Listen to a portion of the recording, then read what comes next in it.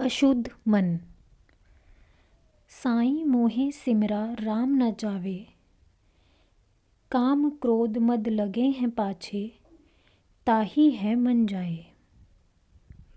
भक्त का अपने पुरुषार्थ पर भरोसा समाप्त हो जाना तथा मन में ईश्वर के प्रति समर्पण भाव का पैदा हो जाना अत्यंत आवश्यक है।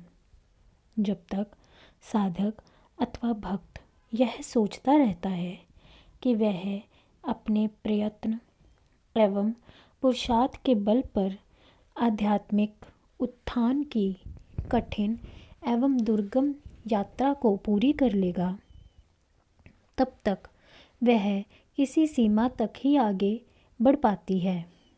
यदि वह 2 पग आगे बढ़ता है तो उसके मन के विकार उसे 4 पग पीछे धकेल देते हैं। वो एक ऐसी शक्ति का प्रयोग करता है जो शक्ति उसमें है ही नहीं। अहंकार एवं मद के मिथ्या अभिमान में ही अटकता रह जाता है।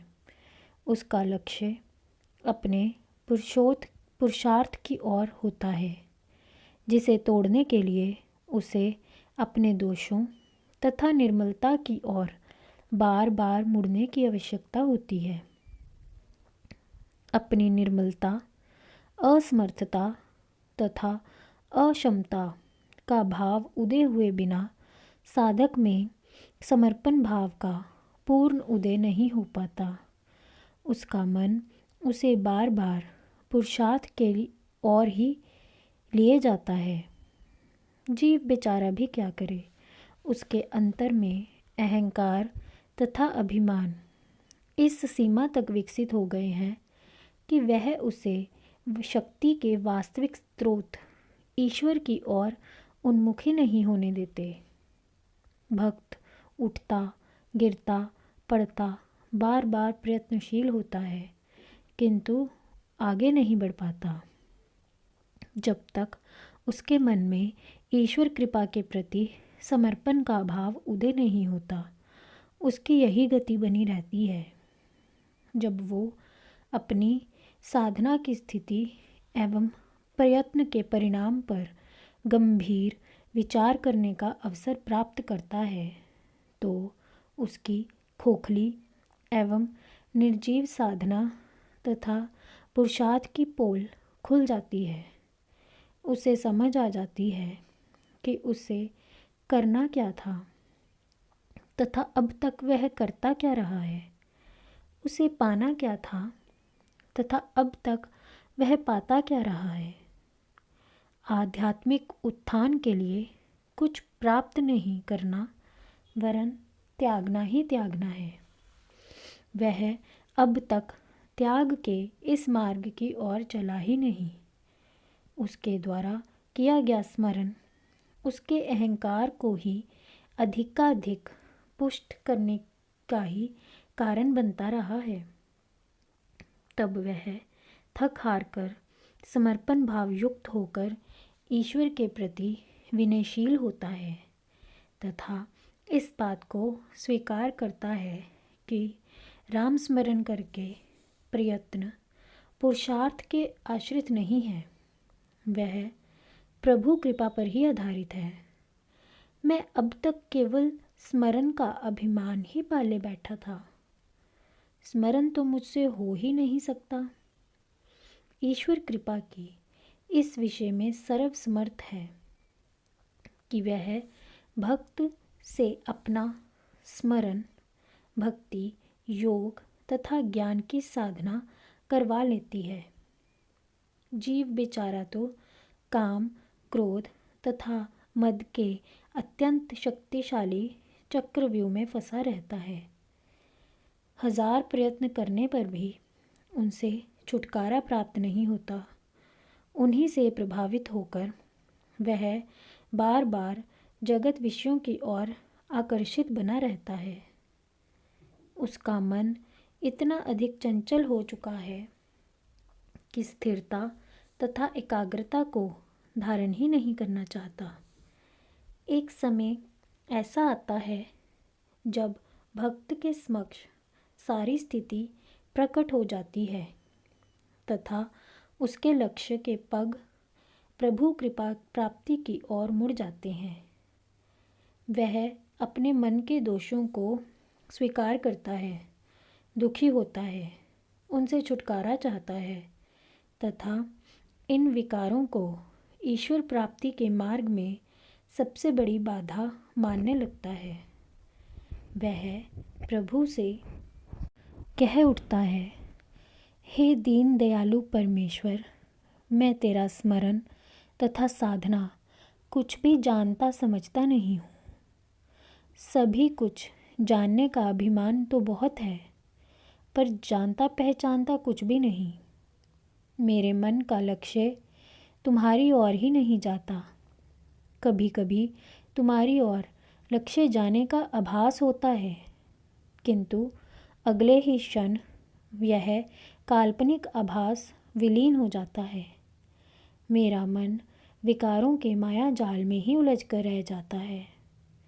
फिर तुम्हारा स्मरण मुझसे हो भी तो कैसे। खींचत मोहे जग के ताई, सिमरन देत करन ना। छूटूं इनसे राम ध्याऊं, मन को रहत भगाए। मेरा मन इतना अशुद्ध हो गया है कि मुझे जगत विषयों की ओर ही खींचता रहता है, प्रभु स्मरण करने ही नहीं देता।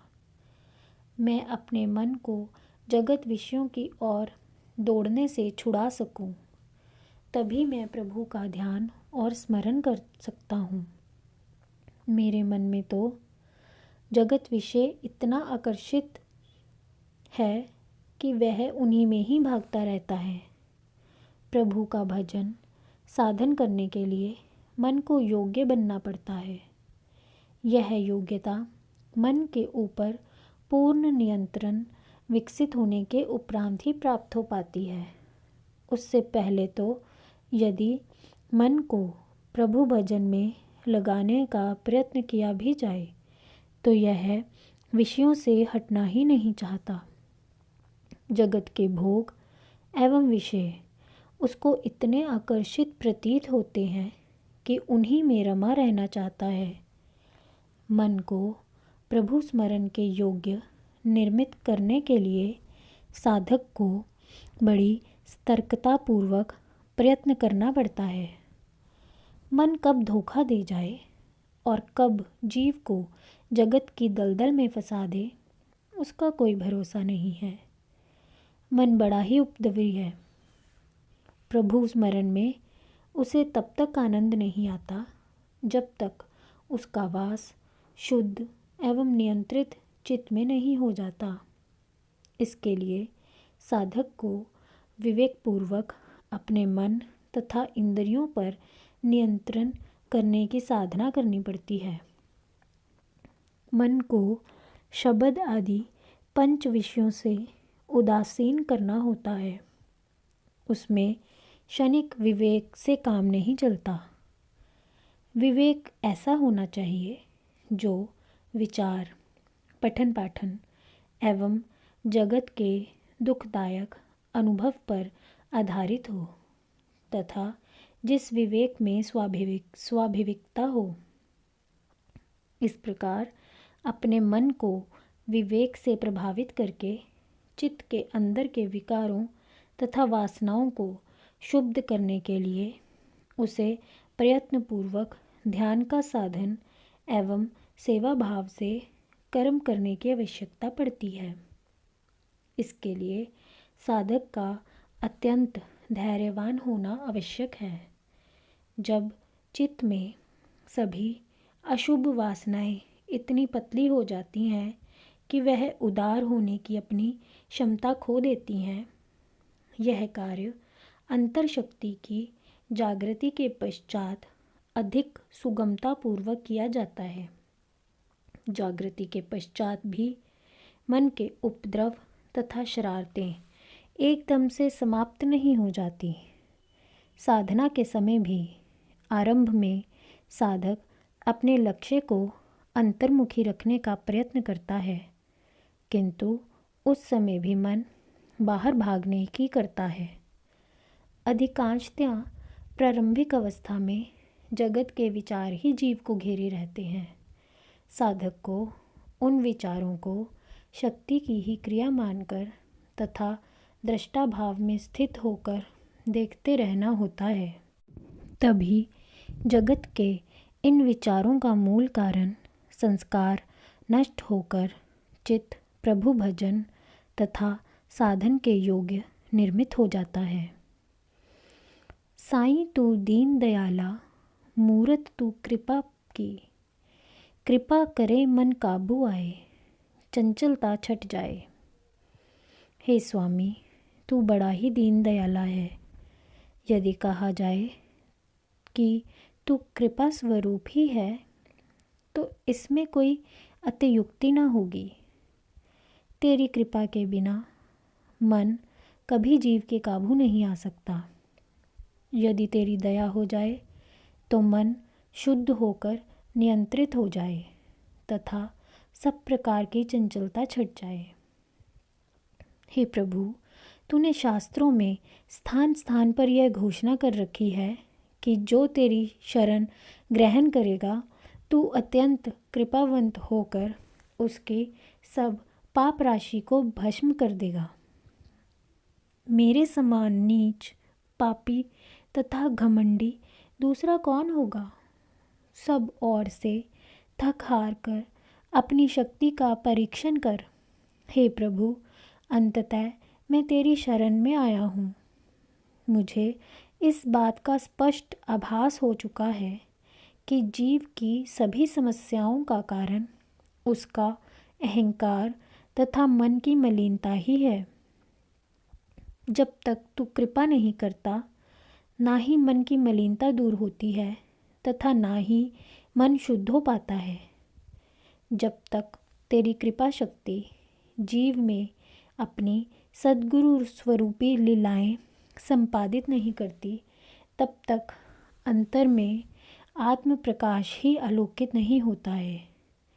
तेरी कृपा शक्ति की अंतर में अनुभूति तथा क्रियाशीलता ही वह जहाज है जिस पर बैठकर दीनहीन भक्त भव सागर के पार उतर जाता है।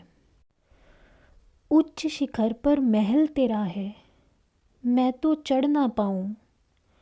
तुम्हारे बल ही चढ़त सकूँ मैं, मुश्किल सहज बनाए।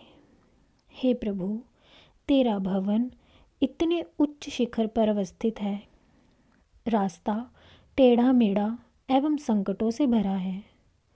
मुझ में तो कोई शक्ति है नहीं जो ऊपर चढ़कर तेरे घर पहुंच सकूं। तेरे बल से ही बलवान होकर मैं तेरे घर की ओर आगे बढ़ सकता हूँ। दीन भक्तों की कठिनाइयों को भी तू अत्यंत सहज बना देता है। उच्च शिखर पर प्रभु के घर की कल्पना प्रतीकात्मक है।